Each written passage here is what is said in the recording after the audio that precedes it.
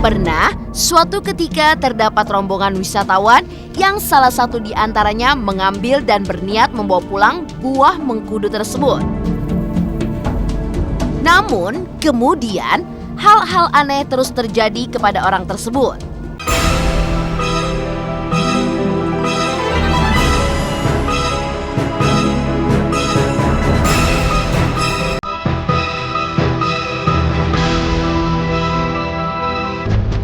Setelah keadaan di Vietnam mulai membaik, para pengungsi pun dipulangkan sedikit demi sedikit.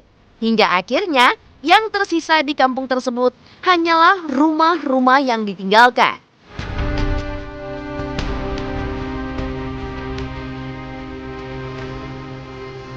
Selain rumah yang ditinggalkan, banyak sekali peninggalan pengungsi yang masih dapat ditemukan hingga saat ini.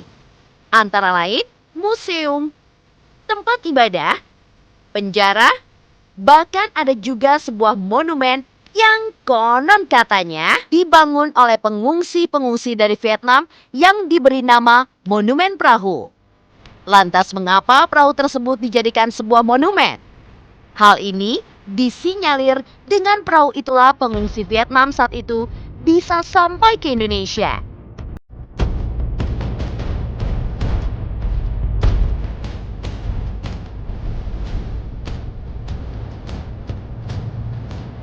Pada saat pengungsi Vietnam sampai ke Indonesia, konon katanya banyak yang terkena penyakit kelamin bernama Vietnam Rose.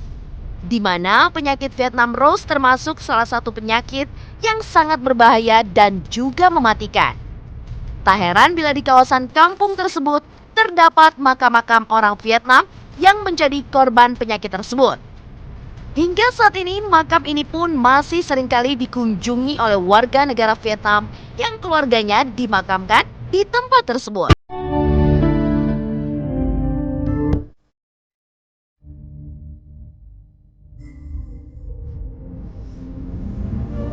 Berbicara mengenai hal mistis, rupanya banyak sekali kejadian-kejadian aneh dan menyeramkan yang dialami oleh wisatawan yang berkunjung ke kampung Vietnam.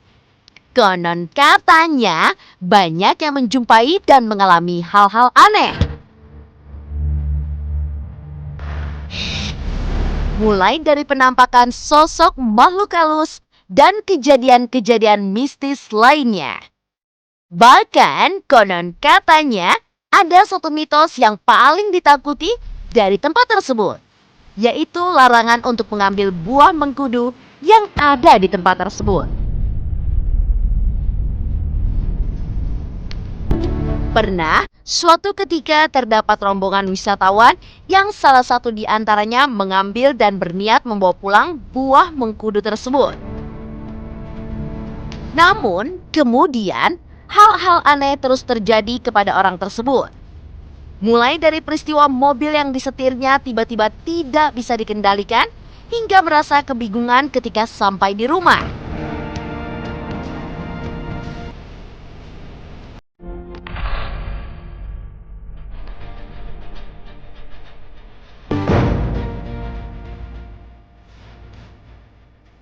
Misteri kampung horor di Cibadak, Bogor.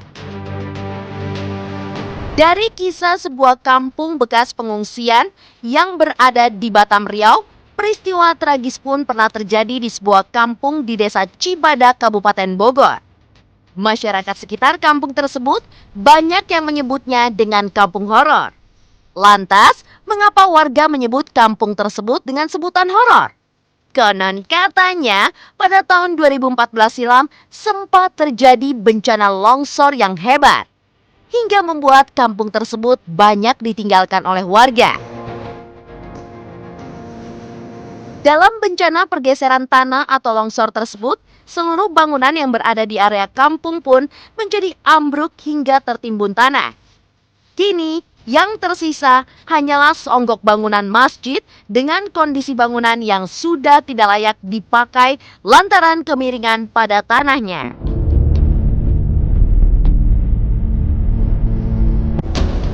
Hingga akhirnya kampung itu pun sekarang terlihat sangat berantakan, di mana sudah tidak ada lagi rumah yang berpenghuni atau fasilitas lain selayaknya perkampungan.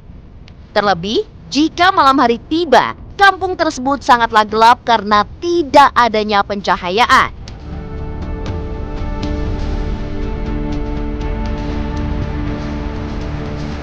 Atas kejadian bencana longsor tersebut, konon katanya warga kampung yang berjumlah kurang lebih 82 kepala keluarga itu pun diketahui telah meninggalkan kediamannya masing-masing. Mereka pun merasa kampungnya menjadi horor dengan melihat banyaknya rumah yang hancur dan tenggelam dengan tanah, ditambah dengan makam-makam baru maupun tua yang ikut tergulung longsor menjadi satu dengan rumah mereka. Jika berbicara mengenai mitos yang beredar di masyarakat, tentunya banyak cerita mistis mengenai lokasi longsor yang kini disebut dengan kampung horor tersebut. Menurut penuturan warga setempat, konon katanya jalan di kawasan tersebut memang terkenal dengan sebutan kampung angker bagi siapa saja yang melintas. Terlebih jika saat memasuki malam hari, konon katanya sebagian besar warga setempat tidak berani untuk melewati kampung tersebut. Bahkan semenjak kampung tersebut ditinggalkan oleh warganya, disinyalir sering dijumpai penampakan-penampakan makhluk gaib hingga kemunculan suara-suara aneh. Bahkan konon katanya jika ada seseorang yang nekat setiap malam Selasa dan malam Jumat, pastinya akan bertemu dengan sosok gaib sang penunggu kampung yang ingin menggodanya. Tidak hanya itu saja pemirsa, suara azan hingga suara orang mengaji yang terdengar dari masjid kosong juga sering terdengar.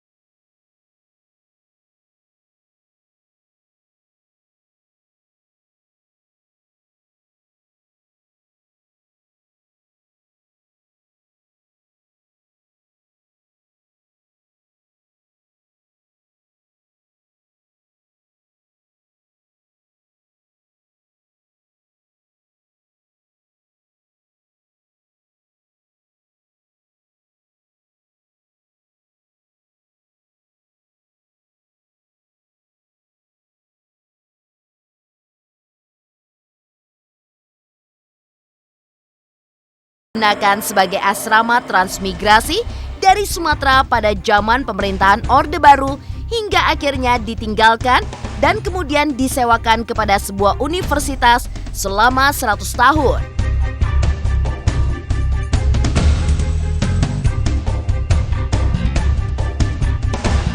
Melihat lokasi kampung kosong di Gunung Tugel, tentunya yang muncul di benak kita adalah keangkeran dan hawa-hawa negatif yang seolah mengelilingi area kampung tersebut. Terlihat dengan adanya pohon-pohon besar layaknya hutan yang dengan kokohnya mengelilingi kampung bekas asrama itu. Tidak hanya itu saja, sebuah tempat ibadah yang keberadaannya tidak jauh dari bangunan yang lainnya juga sudah terlihat tidak terawat. Dengan dinding tembok yang terlihat basah atau lembab hingga berjamur, membuat kesan tempat tersebut menjadi menyeramkan. Bahkan dari informasi warga sekitar, konon katanya sekitaran tempat tersebut disinyalir sering menjadi tempat untuk pembuangan mayat.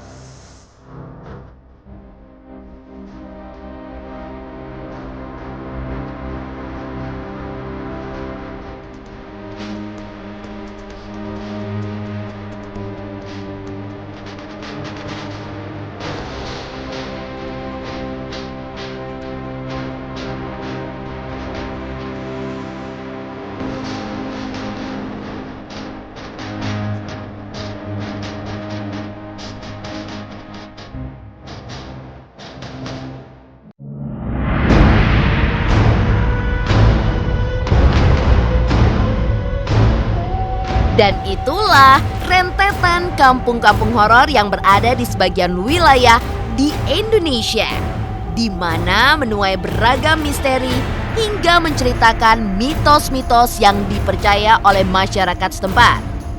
Tentunya jangan lewatkan episode Konon Katanya selanjutnya yang akan kembali menyuguhkan kisah-kisah misteri yang beredar di masyarakat.